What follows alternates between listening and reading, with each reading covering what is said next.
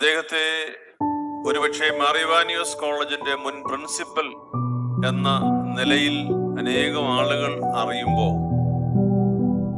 വിസ്മരിക്കപ്പെട്ട് പോകുവാൻ പാടില്ലാത്ത മറ്റൊരു തലമുണ്ട്. നീണ്ട 27 വർഷം ദാനിയേലച്ചൻ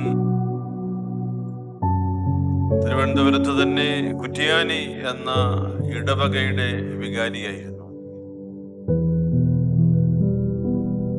അത്രയും വർഷം അച്ഛൻ കോളേജില് പ്രിൻസിപ്പളായോ ബർസാറായോ ശുശ്രൂഷിച്ചിട്ടില്ല. 27 വർഷം പൗരോഹിത്യത്തിന്റെ വലിയ ഒരു അനുഭവം പങ്കുവച്ച ഒരിടവകയെ കുറിച്ച് മാത്രമാണ് ഞാൻ പറയുക.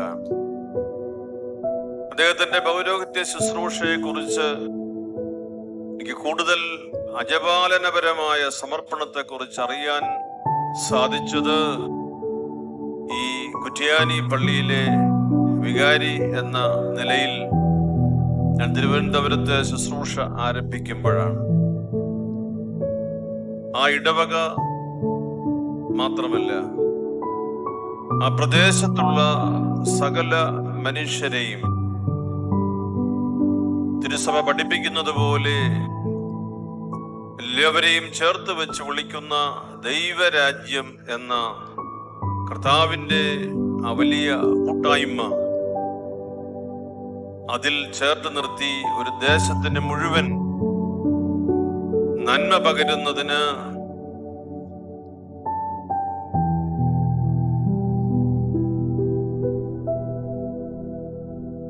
ഏറ്റവും അധികം സമർപ്പണ ബുദ്ധിയോടുകൂടി ഇടപെട്ടിട്ടുള്ള ഒരു വൈദികനാണ്. കുറ്റിയാനി ഇടവക എന്ന ആ സമൂഹത്തെ സംബന്ധിച്ച് സാധാരണക്കാരായ ആളുകൾ താമസിക്കുന്ന ഒരിടമാണ്. എന്നാൽ ഇന്ന് ആ പ്രദേശത്ത് അഭിമാനത്തോടുകൂടി സഭയിലെ ശുശ്രൂഷയിലും പൊതുസമൂഹത്തിലെ ഇടപെടലിലും എഴുന്നേറ്റ് നിൽക്കുവാൻ പ്രാപ്തിയുള്ളവരാക്കി തീർത്ത ഒരു രൂപാന്തരീകരണത്തിന്റെ അനുഭവം പറയുവാൻ ഈ പൗരോഹിത്യ ശുശ്രൂഷയ്ക്ക് ഉണ്ട്. 27 വർഷം കഴിഞ്ഞ് അവിടുന്ന് മാറുമ്പോഴും അങ്ങനെ മാറണമെന്ന് അച്ഛന് വലിയ താല്പര്യമില്ല. ഇടവക ജനങ്ങൾക്കും തീരെ താല്പര്യമില്ല. അത്രമാത്രം ഒരു ബന്ധത്തിൽ ആ പ്രദേശത്തെ മുഴുവൻ ഹൃദയത്തിൽ സംവഹിച്ചിട്ടുണ്ട്. ഒരുപക്ഷെ പൊതുസമൂഹത്തിൽ അദ്ദേഹത്തെ മാർ ഇവാനിയോസ് കോളേജിന്റെ പ്രഗത്ഭനായ പ്രിൻസിപ്പൽ എന്ന നിലയിൽ,